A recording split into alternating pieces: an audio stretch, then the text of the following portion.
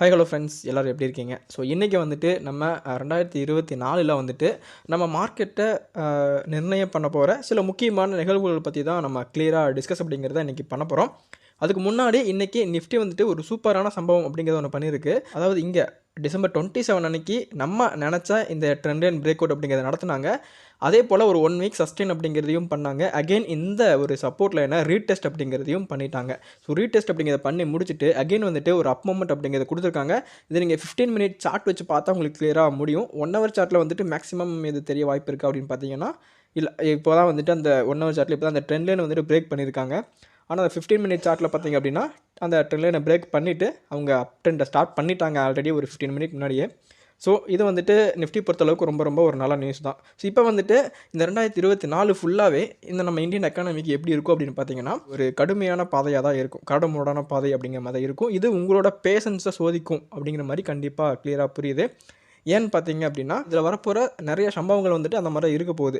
இப்போ நம்ம சொல்கிறது எல்லாமே வந்துட்டு ஒரு ரிஸ்க் ஃபேக்டர்ஸ். இந்த ரிஸ்க் ஃபேக்டர்ஸ் வந்துட்டு இப்படி இருந்தால் ஒரு மாதிரி நிகழ்வுகள் இருக்கும், இப்படி நடந்தால் ஒரு மாதிரி நிகழ்வுகள் இருக்கும் அப்படிங்கிற மாதிரி 2 ஃபேஸில் இந்த ஃபுல்லாகவே இருக்க போகுது. அதில் முதல்ல நம்ம பார்க்க போகிறது வந்துட்டு US fed interest rate cuts வந்துட்டு ஒரு முக்கியமான இம்பாக்ட் வந்துட்டு நம்ம இந்தியன் மார்க்கெட்டில் கொடுக்கும்.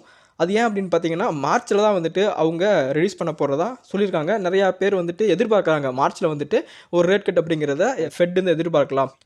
அதே போல் வந்துட்டு இந்தியாவிலே வந்துட்டு கண்டிப்பாக அந்த இன்ட்ரெஸ்ட் ரேட் கட்ஸ்லாம் இருக்கும் அப்படிங்கிற மாதிரி தான் வந்துட்டு பரவலாக பேசிகிட்டு இருக்காங்க. ஸோ என்ன அப்படிங்கிறத நம்ம பார்க்கணும். ஸோ இது மூலமாக என்ன ஒரு பாசிட்டிவ் அப்படின்னு பார்த்தீங்கன்னா இது மூலமாக வந்துட்டு கோல்டு ரேட் வந்துட்டு ரேலியாக வாய்ப்புகள் அதிகமாக இருக்குது. ஸோ கோல்டு வந்துட்டு நல்லாவே பிக்கப் ஆகும். அதே சமயத்தில் எஃப்ஐயோட இன்வெஸ்ட்மெண்ட் வந்துட்டு இந்தியன் எக்கனாமிக்கில் வந்துட்டு கொஞ்சம் அதிகமாக இருக்கிற பட்சத்தில் நம்மளோட இப்போது ரொம்ப பர்ஃபார்ம் பண்ணாத ஸ்டாக்லாம் வந்துட்டு ஓரளவுக்கு பர்ஃபார்ம் பண்ணுறதுக்கான வாய்ப்புகள் அப்படிங்கிறது ரொம்ப அதிகமாக இருக்குது. ஸோ அது வந்துட்டு ஒரு முக்கியமான நிகழ்வு. அதே போல் பிஎஸ்யூ ஸ்டாக்கில் வந்துட்டு ஒரு போனஸ் கிடச்ச மாதிரி இருக்கும் கண்டிப்பாக அந்த எஃப்ஐயோட இன்வெஸ்ட்மெண்ட் வந்துச்சு அப்படின்னா. அடுத்ததான் வந்துட்டு எலெக்ஷன். ஸோ நல்லாவே தெரியும் கம்மிங்கில் வந்துட்டு எலெக்ஷன் அப்படிங்கிற வரப்போது லோக்சபா எலெக்ஷன். இது மூலமாக வந்துட்டு பெரிய நிகழ்வுகள் நமக்கு வாய்ப்பு இருக்குது. ஏன்னா எலெக்ஷனுக்கு முன்னாடி ஒரு பட்ஜெட் நடக்கும், கிட்டத்தட்ட பிப்ரவரி நடக்கும்னு நினைக்கிறேன் அந்த ஒரு பட்ஜெட். அதுக்கப்புறமா எலெக்ஷன் முடிஞ்சதுக்கப்புறமா ஜூனில் ஒரு பட்ஜெட் நடக்கும். இந்த 2 பட்ஜெட்டுமே ரொம்ப முக்கியமான ஒரு பட்ஜெட் சொல்லணும். ஏன்னா இப்போ இருக்க ரூலிங் பார்ட்டிக்கு அவங்க என்ன பிளான் பண்ணுறாங்களோ அது வந்துட்டு இப்போ இருக்கிற பட்ஜெட்டில் போடுவாங்க. அகைன் வந்துட்டு ஒரு சப்போஸ் ஒரு ரூலிங் பார்ட்டி சேஞ்ச் ஆகுது அப்படிங்கிற பட்சத்தில் ஒரு பெரிய மாற்றம் அப்படிங்கிறது ஏற்படும். அப்படி வந்துட்டு ரூலிங் பார்ட்டி மாறுது அப்படின்னா அதே சமயத்தில் வந்து பிஎஸ்யூ ஸ்டாக்கில் பயங்கரமாக அடி வாங்கும். அதே சமயத்தில் வந்துட்டு இப்போ இருக்க ரூலிங் பார்ட்டியாக தான் வந்துட்டு அகைன் வராங்க அப்படின்னா அப்போ வந்துட்டு பிஎஸ்யூ ஸ்டாக் வந்துட்டு ஒரு பயங்கரமான பிக்கப் அப்படிங்கிறது கொடுக்கும். இதெல்லாமே வந்துட்டு இந்த எலெக்ஷன் ரிசல்ட் பேஸ் பண்ணி தான் இருக்கும். அப்போது நீங்கள் இந்த 2 நிகழ்வுனாலே எவ்வளோ மாற்றங்கள் அப்படிங்கிறது ஏற்பட போகுதுன்னு பாருங்கள். ஸோ அடுத்ததாக வந்துட்டு இஐ நினோ எஃபெக்ட் அப்படின்னு சொல்லுவாங்க. இது இயர் வந்துட்டு கண்டிப்பாக வரும். ஸோ இதனால் என்ன அப்படின்னு பார்த்தீங்கன்னா இந்த ஒரு இஐ நினோ எஃபெக்ட் வந்துட்டு மான்சூனை தான் அஃபெக்ட் பண்ணும். ஸோ மான்சூன் அஃபெக்ட் பண்ணணும்னா என்ன அர்த்தம்? மழை அப்படிங்கிறத குறைக்கும். ஸோ மழை குறைஞ்சின்னா வந்துட்டு ஏகப்பட்ட சிக்கல்கள் வந்துட்டு நம்மளோட வாழ்வாதாரத்துக்கு ஏற்படும். வாழ்வாதாரத்துக்கு ஏற்பட்டாலே டேரெக்டாக வந்துட்டு ஷேர் மார்க்கெட் அப்படிங்கிறதும் கொஞ்சம் இதனால் அஃபெக்ட் ஆகும் அப்படிங்கிறத நீங்கள் புரிஞ்சுக்கணும் நம்புறேன். ஸோ இது மூலமாக நடக்க போகிற சில இம்பாக்ட் என்ன அப்படின்னு பார்த்தீங்க அப்படின்னா ஸோ ஏஷியாவில் வந்துட்டு மேஜர் எல்லா இடமும் வந்துட்டு கொஞ்சம் வறட்சி கண்டிப்பாக இருக்கும். அதனால் வந்துட்டு இந்த 2024 முதல் பகுதி வந்துட்டு கொஞ்சம் தடுமாற்றமாக தான் இருக்கும். இந்த இஐ நினோ எஃபெக்ட் வந்துட்டு மேக்ஸிமம் ஒரு ஜூன் ஜூலை இது வரைக்கும் வந்துட்டு இருக்க வாய்ப்புகள் அதிகமாக இருக்குது. இதுக்குள்ளே பெரிய சம்பவங்கள் எதுவும் நடக்கலை அப்படின்னா கண்டிப்பாக நம்ம பிழைச்சிக்கலாம். சரி, மழை குறைஞ்சா என்ன தான் ஆகும் அப்படின்னு பார்த்தீங்கன்னா மழை குறைஞ்சா அப்படின்னா கண்டிப்பாக அக்ரி ப்ரொடக்ஷன் அப்படிங்கிறது குறையும். அக்ரி ப்ரொடக்ஷன் குறைஞ்சிச்சு அப்படின்னா கிராமப்புற வருமானம் அப்படிங்கிறது குறையும். கிராமப்புற வருமானம் குறைஞ்சி அப்படின்னா கன்சூமர் டிமாண்ட் வந்துட்டு கண்டிப்பாக குறையும். ஸோ கன்சூமர் டிமாண்ட் குறையும் போது அந்த இடத்துல வந்துட்டு உங்களுக்கு இன்ஃப்ளேஷன் அப்படிங்கிறது கிரியேட் ஆகும். இன்ஃப்ளேஷன் வந்துச்சு அப்படின்னா கண்டிப்பாக இந்தியன் எக்கானமிக்கு வந்துட்டு சின்ன ஒரு பாதிப்பு ஏற்படும். ஏன்னா முக்கியமான ரீசன் என்ன அப்படின்னு பார்த்தீங்கன்னா இந்தியாவில் 50% அதிகமான மக்கள் வந்துட்டு அக்ரி பிஸ்னஸை டிபெண்ட் பண்ணி தான் இருக்காங்க. ஸோ அதனால் இந்தியன் எக்கானமியே ஒன் சைடு அக்ரியை பயாஸ்டாக வச்சு தான் ரன் பண்ணிட்டு இருக்காங்க. கிட்டத்தட்ட 18% ஆஃப் பங்கு வந்துட்டு அக்ரிக்கு தான் இருக்குது. இதில் 95% வந்துட்டு மான்சூனை நம்பி தான் இருக்குது. ஸோ மான்சூன் நம்பி வந்துட்டு கிட்டத்தட்ட 95% தான் அக்ரி பிஸ்னஸ் இருக்குது.